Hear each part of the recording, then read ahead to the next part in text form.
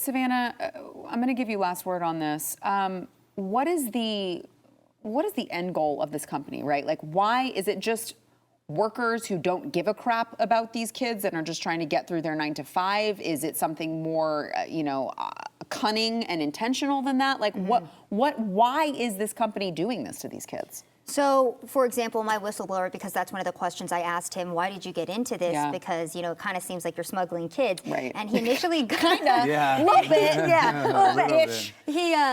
He goes on to say, when I first started doing this, I just wanted to reunite these kids with their families. And when I was first doing this, you could tell that it was the reunification of a family. They would hug, they would cry, they were excited to see the child. Now under Joe Biden's administration, because the border is so overwhelmed and they're shipping so many children, now the sponsors they're handing them over to, they're not even excited to see the kid. They won't even look at the kid. And oftentimes the child will admit, I'm not related to this adult either.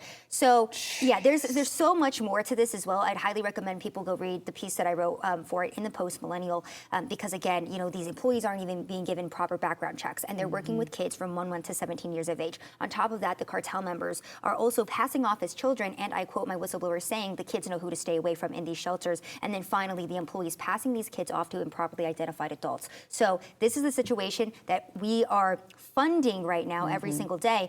And I think a lot of these employees, they had good intentions. They wanted to help these kids, but ultimately this is the reality of it. And that's why whistleblowers are coming forward now and talking about it, because they realize that this is an egregious situation that we're putting children in.